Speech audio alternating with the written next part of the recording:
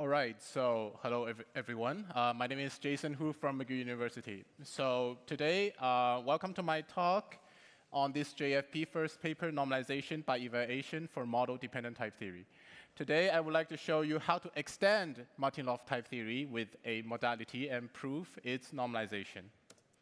As I have just mentioned, this work combines Martin-Löf type theory, or MLTT, and the square modality, which might have different structures depending on the model axioms the system admits.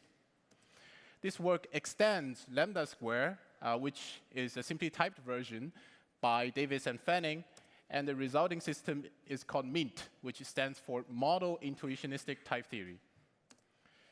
One particular application that this work looks into is metaprogramming. And under this interpretation, the type square A is understood as the code of A. So the constructor, box of T, models the quotation of the code of T. And code splicing and code running are modeled by the elimination principle on box N of T. This particular style that uses box for introduction and unbox for elimination is called the Kripke-style. And we would like to use MINT as a way to explore metaprogramming in independent type theory. And more specifically, in this work, we have developed MINT, which is a model-dependent type theory. It's an extension of MLTT, so it does everything that MLTT does. It has a full cumulative universe hierarchy, and it models the square modality in the Kripke style. It's also equipped with an equational theory with explicit substitutions, so we can use MINT as a program logic for metaprogramming systems like MetaML, MetaOCaml, etc. And I will explain this point on the next slide. In order to justify the consistency of MINT, we have developed a complete and sound normalization by evaluation algorithm based on an untyped domain model. And we have mechanized the whole thing in Agda in quite short 11,000 lines of code, and it's available online. All right, so before getting into formal details, let's take a look at how we can write metaprograms in MINT. So here on the slide, I'm showing a very classic program, or metaprogram, lift of n, which should return box of n. So it's basically obtaining the code that represents the value of n. However, this particular informal statement cannot be the exact definition of lift, because we cannot obtain a piece of code from some arbitrary value. But for this specific type natural numbers, we can define this operation or this meta function by doing recursion on the input natural number. And the base case is quite simple. So if the input is 0, by the statement, we would just return box of 0. And what about the step case? And in the step case, the input is suck of n. So we want to return box of suck of something. And intuitively, we would like to do a recursive call. So we would like to call lift of n. But notice the type of lift of n is square net. So it's a piece of code that represents a natural number. But we're going after a natural number.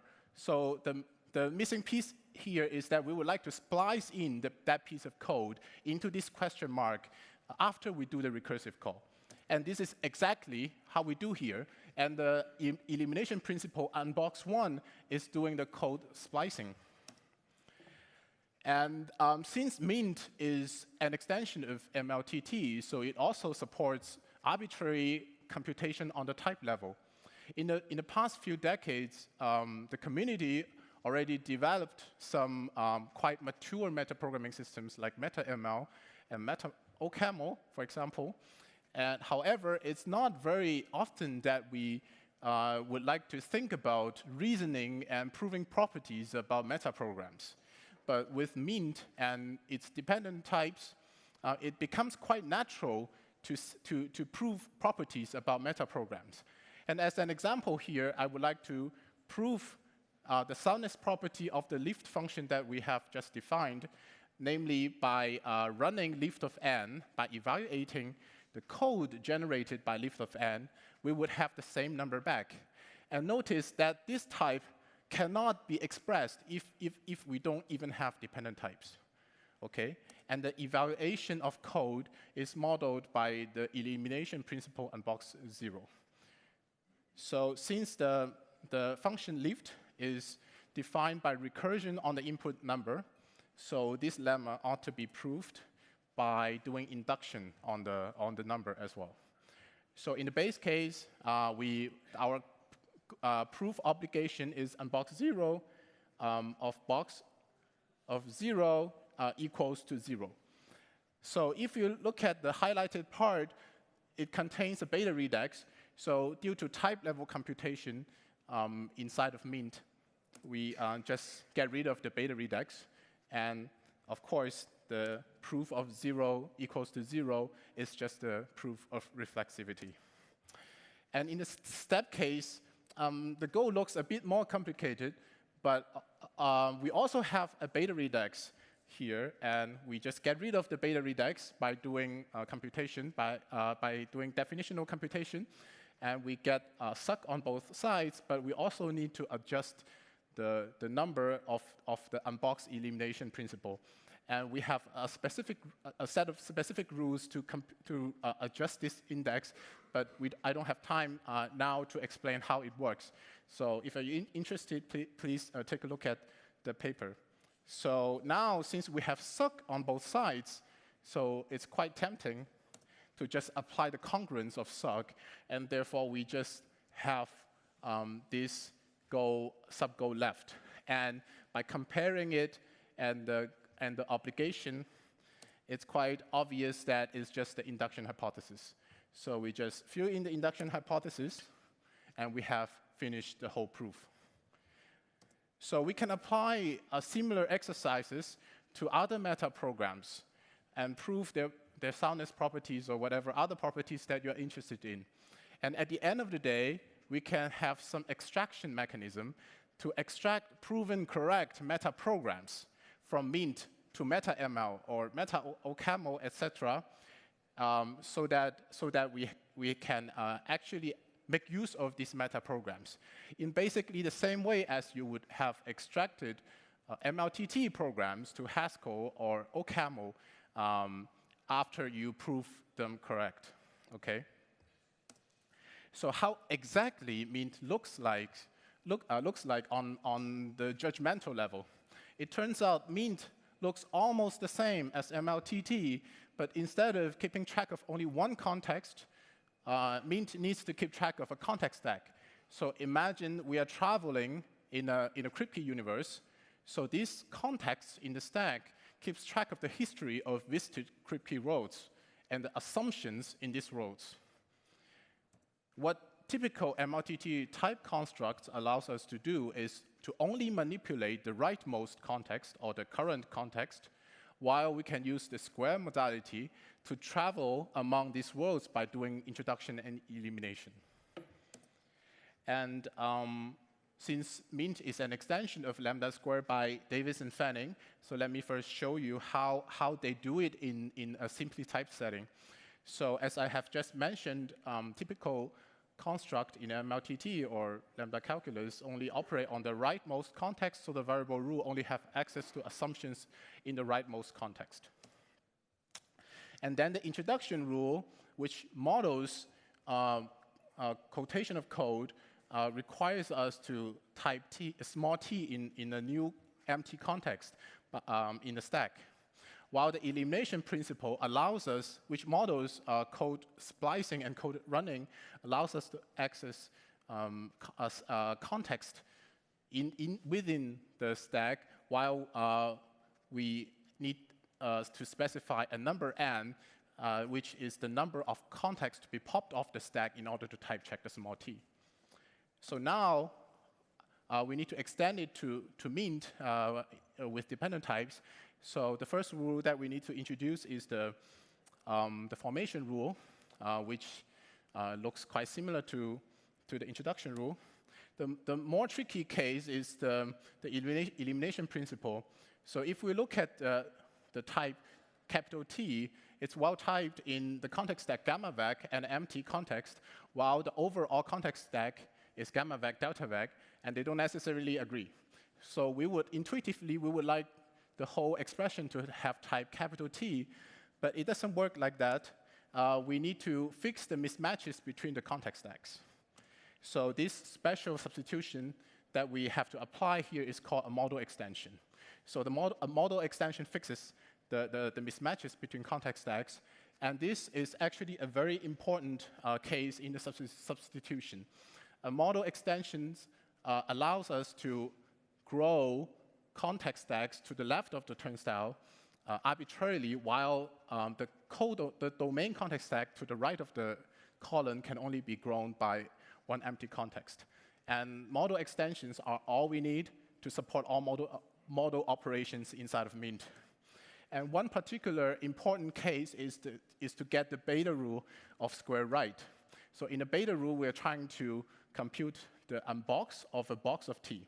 So on the right-hand side, we need to apply small t and big T, the same modal extension, to fix the context stack mismatches. And in addition, the type square T also supports Ada expansion. So in the Ada expansion is quite easy. We just need to unbox one inside of a box. So that also means the type square T is extensional. So it means that Mint might just be a convenient syntactic theory in some mathematical applications. All right, so in order to justify the consistency of Mint, we also developed a normalization by evaluation algorithm based on an untyped domain model. And we give an explicit normalization algorithm that normalizes well-typed term into its beta Ada normal form. And this algorithm has two steps. In the first step, we try to evaluate a well-typed term into domain value, and during this process, we eliminate all beta redexes. And then, once we have the domain value back, we read from the value back to a normal form, and during this process, we perform type-directed Ada expansion. So combining these two steps, we have beta Ada normal forms. In addition to the algorithm, we have established its completeness and soundness properties. And by completeness, we mean that equivalent terms must have equal normal forms. And soundness says that well-typed terms are equivalent to their normal forms. So by combining these two theorems, we have a very convenient decision procedure to decide whether two terms of the same type are equivalent or not. We just need to compare their normal forms, and if their normal forms are equal, then they're equivalent, otherwise are not. We have mechanized the whole thing in Agda in quite short 11,000 lines of code, probably the shortest among similar works, and it's available online. So if you're interested, please feel free to take a look. So before ending the talk, I would also like to discuss some limitations of this work. At the beginning, I was saying that Mint is a way to explore metaprogramming independent type theory. And indeed, Mint models metaprogramming and can serve as a program logic for MetaML or MetaOCaml. But it's actually quite controversial to say Mint is itself a metaprogramming system because it does not really support intentional analysis operation like the recursion on the structure of code. While very often in Coq and in Agda, for example, we need to pattern match and do recursion on the structure of type in order to implement tactics, for example. But Mint at the current stage cannot do things like that. So we developed a different flavor of model type theory, which is called layered model type theory, that allows us to do simply typed, independently typed recursion on the structure of code. So as you can see, model type theory is actually, even in the context of metaprogramming, they have solutions to this problem in different flavors. All right, just to wrap up this talk, in this work, we've developed Mint, which is an extension of MLTT with a square modality and explicit substitutions. It's also equipped with an equational theory. We've developed a complete and sound MBE algorithm based on an untyped domain model, and the whole thing is mechanized in Agda in 11,000 lines of code. Oopsie. And thank you very much. If you want to discuss or you have some thoughts to share, please feel free to shoot me an email. And thanks.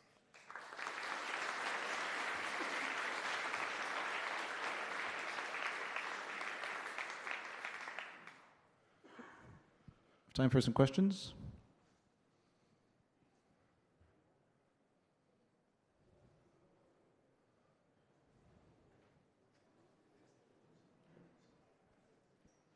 Hi, so you say this is a good way to model meta-ML, so I take it you support multiple stages, not just one stage? Sorry? Do you support multi-stages? Multi-stages, yeah, this work would support multiple stages. You can just nest the boxes and... Yeah, you just nest the boxes, or you can use boxes across different stages. All right. Yeah. And is there anything like cross-stage persistence? It doesn't support that natively, but for the example of natural numbers, in some cases you can implement it as functions. Right, you can always just implement it manually, but there's a feature called... But yeah, it doesn't exist for this system. Because I think MetaML has it. Okay, so, then we don't support that. Thanks. For now, yeah. So does the version that supports intentional analysis, is that sort of much more complex to reason with? Is there a reason why you wouldn't always want to use the version that does support intentional analysis? It's actually kind of orthogonal thoughts. In order to support intentional analysis in the semantics, we need to model the shape of code. Okay, but the semantics of Mint itself, it uses Kripke semantics to basically internalize Kripke universes to model the semantics. So it's actually quite different. Okay, so Mint, we think that it's quite incompatible with intentional analysis. So we actually have to take a completely different approach to this problem. So which also comes with its own limitations. Okay. Yeah. Thank you. This is nice work. You mentioned that the proof of soundness and completeness by logical relations was small compared to similar works. What were some of the things you did that made the proof more efficient? Yeah, I think one main thing to make this work small enough is because we use Abel's untyped domain model. That is really fundamental because our model just literally fits in one screen. Okay, but well, like let's say 40 lines of code. But it's actually, for example, if you look at also Abel's other work that uses reduction.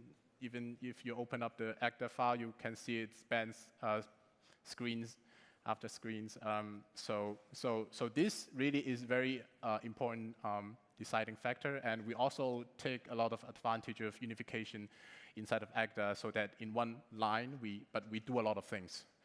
So yeah, that also is one critical part. Okay, thanks. Okay, let's thank our speaker again.